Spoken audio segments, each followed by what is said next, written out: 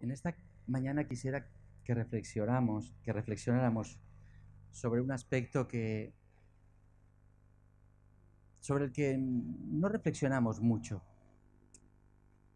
y tiene que ver con lo que hemos estado cantando. El que Jesús muriera en una cruz tiene un valor extraordinario y a veces no somos conscientes de esto. Pero sin duda alguna es lo que ha cambiado la vida de millones de personas a lo largo de la historia y alrededor del mundo. Decía Pau, en los últimos 10 años han pasado muchas cosas, sobre todo para él, que se ha casado y ahora está esperando su primer hijo, junto con Débora. Por eso se sientan juntos. Sara, la hija de Ruth Cummings, se casa en 2 semanas. Pasan muchas cosas a lo largo de los años. Yo a muchos de ellos les conozco no hace 10 años, sino hace 20, y algunos hace 30. Es que ya tenemos no una edad, sino 2. Pero hay algo que forma parte del denominador común, y es que todos ellos, miradles las caras, algunos de ellos tienen caras de angelitos, pero yo os aseguro que no lo son. Ni ellos, ni yo, ni ninguno de nosotros. No somos angelitos.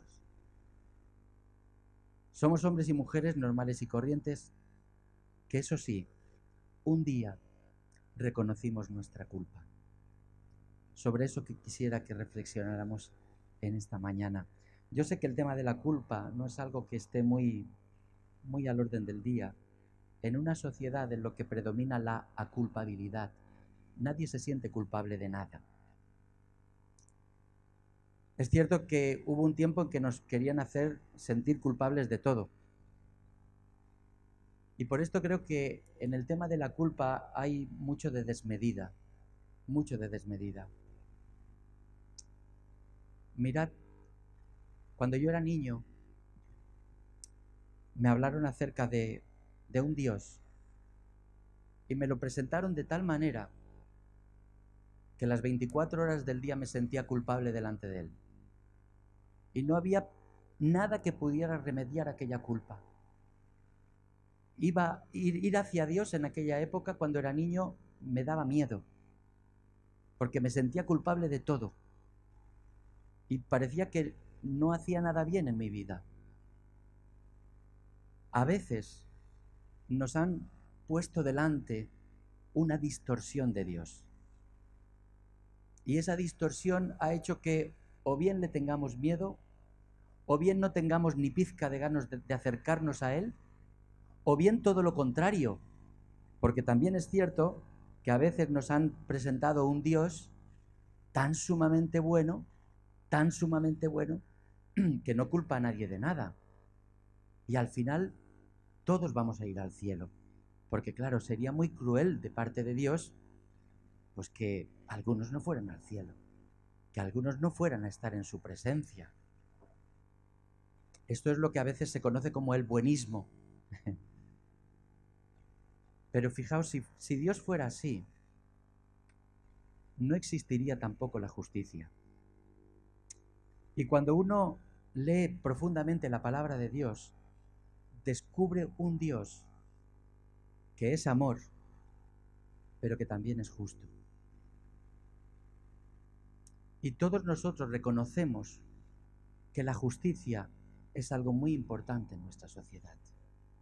Cuando vemos personas que con toda deshonestidad se han aprovechado de los recursos y por ganar dinero han hecho casi cualquier cosa, ¿a qué apelamos? A la justicia. Apelamos a la justicia. No es justo que nosotros estemos trabajando de sol a sol y otros sin hacer nada, sino robando como pueden, ¿verdad? Atesoren riquezas y que se lo pasen la mar de bien. Decimos, eso no es justo. Pero cuando pensamos en la justicia humana, yo la verdad no soy jurista. Hay aquí algunos que están estudiando abogacía, pero yo creo que ellos mismos se dan cuenta de que a veces hay sentencias que dices, Esto yo no sé cómo lo han hecho, cómo lo han visto. En estos días saltó a los medios de comunicación la noticia de un joven que cuando tenía 18 años cometió un delito por utilizar una tarjeta que no le pertenecía o algo así. Y ahora, después de X años, cuando está reinsertado en la sociedad, cuando está trabajando, pues ahora le toca cumplir 5 años de condena. Y otros que han defraudado millones están como Pedro por su casa. Y uno dice, esto no es justo. Mirad, como os decía, con la culpa muchas veces hemos cometido despropósitos. Porque a veces nos hemos sentido culpables por cosas por las que no nos teníamos que sentir culpables, y a veces no hemos sentido culpabilidad por algo por lo que nos tendríamos que sentir culpables. Mirad, del ejercicio de nuestra responsabilidad muchas veces pues hay consecuencias. Aquí, en este lugar, hay muchísimas profesiones, muchísimas, pero unas tienen más responsabilidad que otras. Yo me imagino que cuando Óscar Cepeda está en su quirófano operando a pacientes, tiene una gran responsabilidad porque está la vida de una persona en sus manos. Esta mañana conversaba con el conductor del autobús y le digo, cuídame a esta gente, ¿eh? Tiene una responsabilidad porque los lleva, los traslada de un lugar a otro. Pero a veces pueden acontecer cosas en nuestra vida que generan en nosotros un sentimiento de culpabilidad difícil de borrar. Hay veces que nuestros hijos se encargan de hacernos sentir culpables por algo. Y cuando decimos, no, esto es que lo estás haciendo mal y tú me educaste así. Y te cae todo el peso de la responsabilidad. Y yo sé que muchos padres sentís una carga, un peso de responsabilidad tremendo y a veces un sentimiento injusto de culpabilidad. Pero el sentimiento de culpabilidad es libre. Es libre. Cada uno lo acoge como quiere. Pero una cosa es el sentimiento de culpabilidad y otra cosa es la culpabilidad. Y mirad, lo que la palabra de Dios nos dice es que delante de Él, todos somos culpables. Todos. Porque no serlo significaría aceptar el hecho de que tú y yo somos perfectos. Pero no lo somos. Mirad, la palabra de Dios tiene un montón de personajes bíblicos que son realmente un ejemplo en muchos aspectos para nuestra vida. Pero ninguno de ellos, salvo la persona de Jesús, ninguno de ellos fue perfecto. Se nos dice de David, del gran rey David, que fue conforme al corazón de Dios. Y con todo, metió la pata hasta lo más hondo. Mirad, él en el Salmo 32 decía, bienaventurado aquel cuya transgresión ha sido perdonada y cubierto su pecado. Bienaventurado el hombre a quien Jehová no culpa de iniquidad y en cuyo espíritu no hay engaño. Mirad lo que dice, mientras callé, se envejecieron mis huesos. En mi gemir todo el día, porque de día y de noche se agravó sobre mí tu mano y se volvió mi verdor en sequedades de verano. Es una manera muy poética de describir su depresión. David estaba deprimido y se sentía que sus huesos se iban secando. ¿Mientras qué? Mientras callé, porque no quería reconocer su culpa. No quería reconocer su culpa. Y David, tela marinera. No solo fue un adúltero, sino que maquinó un homicidio para que la mujer que le gustaba quedara libre. Ese era el David conforme al corazón de Dios. Cometió un terrible pecado. Pero mirad, más adelante en el Salmo 51, él decía, ten piedad de mí, oh Dios, conforme a tu misericordia. Conforme a la multitud de tus piedades, borra mis rebeliones. Lávame más y más de mi maldad y límpiame de mi pecado. Porque yo reconozco mis rebeliones y mi pecado está siempre delante de mí. Contra ti solo he pecado y he hecho lo malo delante de tus ojos, para que seas reconocido justo en tu palabra y tenido por puro en tu juicio. He aquí, en maldad he sido formado, y en pecado me concibió mi madre. He aquí tú amas la verdad en lo íntimo, y en lo secreto me has hecho comprender sabiduría. Y más adelante en el versículo 10 diría: crea en mí, oh Dios, un corazón limpio, y renueva un espíritu recto dentro de mí. No me eches de delante de ti, y no quites de mí tu Santo Espíritu. Vuélveme el gozo de tu salvación, y espíritu noble me sustente. Mirad, David se sintió culpable, admitió su culpa, y a partir de ahí Dios empezó a hacer una obra preciosa en su vida. Mirad, cuando admitimos la culpa, Dios empieza a trabajar en nosotros. Porque no está buscando Dios a través de la culpa hacernos sentir mal y ya está. No, no es eso. No busca que nos haga sentir mal y ya está todo. No. Lo que busca es transformar nuestro corazón. Y mirad, muchas veces es precisamente el admitir que uno es culpable de algo lo que impide que las cosas cambien. Yo no estoy hablando de ese sentimiento de culpabilidad insano que a veces uno abraza y que se siente culpable y arrastra la culpabilidad toda la vida sin hacer nada más que sentirse culpable. No es eso lo que Dios busca. Dios lo que busca es, a través de ese sentimiento de culpabilidad, transformar nuestra vida y nuestro corazón. Mira, todos los que habéis estado en contacto con jóvenes que han caído en el mundo de la droga, o personas que han caído en el mundo del alcoholismo o de la ludopatía, ¿por dónde empieza la solución? Por simplemente reconocer que tienen un problema. Porque mientras no hay ese reconocimiento, no hay posible solución. Yo he conocido familias que tenían un hijo drogodependiente y querían hacer cualquier cosa. Y digo, mira, es que no puedes hacer nada hasta que él no admita que tiene un problema. Familias que han quedado en la ruina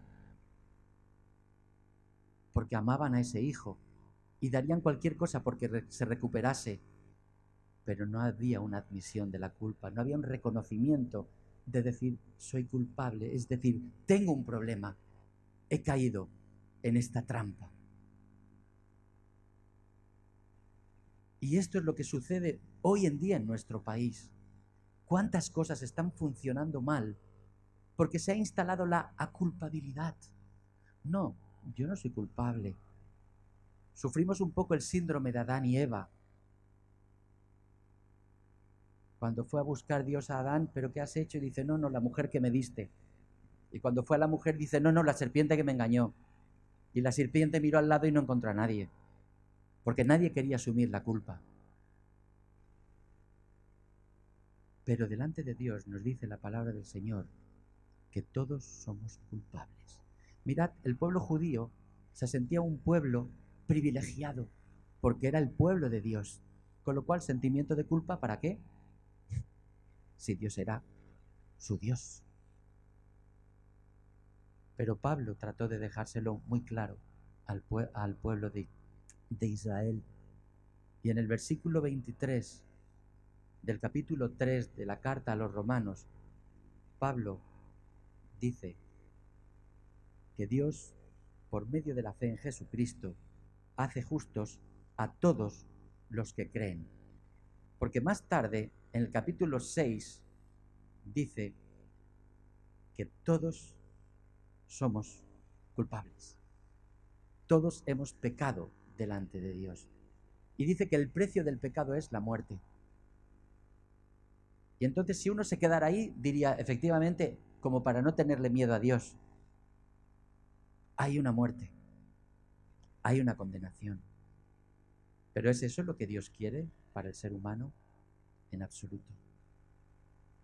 El versículo más famoso de la Biblia, Juan 3:16, dice que de tal manera amó Dios al mundo, que de tal manera amó Dios su creación, y especialmente los que hemos sido creados a imagen y semejanza suya, es decir, la humanidad, que dio a su Hijo, a su único Hijo, para que todo aquel que en Él cree no se pierda, sino que tenga vida eterna.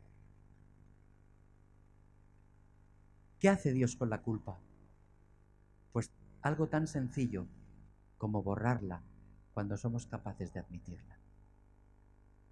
Cuando somos capaces de reconocer que delante de Él somos culpables. Podéis decir, yo no he cometido ningún crimen. No, ni yo tampoco. Yo, humanamente hablando, yo era una buena persona. Yo era un buen joven. Nunca me había emborrachado. Procuraba ser más o menos obediente a mis padres, costaba, pero procuraba serlo. Me consideraba un buen chico. Pero cuando vi el listón que Dios pone, dije, wow, esto no lo salto. Porque el listón de Dios es la perfección. Y delante de Él todos somos culpables. Por eso es tan sencillo, pero tan importante, tan crucial, como admitir la culpa. ¿Y qué va a hacer Dios con tu culpa? ¿Qué condena te va a poner? ¿Te va a decir, bueno, vas a tener que ir al culto todos los domingos? No. ¿Vas a tener que pagar un impuesto especial? No. ¿Qué hace Dios con mi culpa? Pues hace lo que le llevó su amor a hacer. Descargarla sobre la persona de su Hijo. Por eso tiene sentido la muerte de Jesús en la cruz. Porque por amor a nosotros estuvo dispuesto a sufrir ese martirio, esa muerte tan injusta, para que nosotros fuéramos justos. Como dice en este texto de Romanos del capítulo 3, que Él, siendo justo, también en el tiempo presente hace justos a quienes creen en Jesús. ¿Por qué? Porque Él cargó con nuestra culpa. Él cargó con nuestra condena. El pasado domingo retratábamos un poquito la imagen de aquella crucifixión. Recordaréis, ¿verdad? Pilatos por un lado, los soldados por otros, el centurión por otro lado, las multitudes por otro lado, y cada uno ante la muerte de Jesús se posicionó de una manera. Pues mirad, ante la cruz de Jesús, cada uno de nosotros tenemos que posicionarnos. Admitir la culpa nos tiene que llevar a descansar en la cruz. Descansar en la obra que Jesús ha hecho en la cruz por amor a nuestras vidas. Yo descansé en Él. Yo tenía miedo a la muerte y el Señor me quitó el miedo a la muerte. No es que yo me haya ganado el cielo, porque yo no me lo puedo ganar. Lo ganó Jesús por mí, dando su vida. Yo lo único que tuve que hacer es reconocer mi culpa, abrir mi corazón a Dios, entregarle mi vida. Y Él cambió mi corazón para que mi vida fuera una vida distinta, una vida enfocada al propósito de Dios. Y yo no sé en esta mañana cada uno de nosotros dónde se sitúa ante eso. A lo mejor tú tienes un sentido de culpabilidad porque te creías bueno o te crees bueno. Yo también me lo creía. Pero cuando leí la palabra de Dios me di cuenta de que no era tan bueno, de que no era tan bueno. Pero lo más importante es que descubrí al Dios real. Y el Dios real no es un Dios de baratijas, ¿eh? No es ese Dios extintor que cuando tengo un problema acudo a Él y ya está, y después lo dejo descansar. No. Ni es el Dios de las baratijas, ¿verdad? Que todos tus problemas te van a desaparecer cuando confíes en Él. Tampoco. Porque los problemas los seguirás teniendo. Pero sí podrás contar con un Dios que está a tu lado, que te ayudará a hacer frente a cada uno de tus problemas. Dios ha transformado y sigue transformando la vida de millones de personas alrededor del mundo. ¿Sabéis dónde empieza la solución del ser humano? En el reconocimiento de la culpa. Que el Señor te lleve a ese punto, donde tú digas, Señor, delante de ti, hago como David, reconozco mi culpa y te pido, Señor, que crees en mí un corazón recto, nuevo, un corazón conforme a ti, conforme a lo que tú eres. Yo voy a pedirle al coro gospel que suba porque tienen algún tema más que cantar. Pero mientras lo hacen, yo quisiera que pensaras en esto que te he compartido de manera lo más breve que he podido en esta mañana. Que pienses. Y si tú eres de los que ya hace tiempo reconociste tu culpabilidad, pues simplemente dile, gracias Señor, una vez más, gracias. Y que esa gratitud te lleve a vivir en coherencia con la palabra de Dios. Amén. Amén.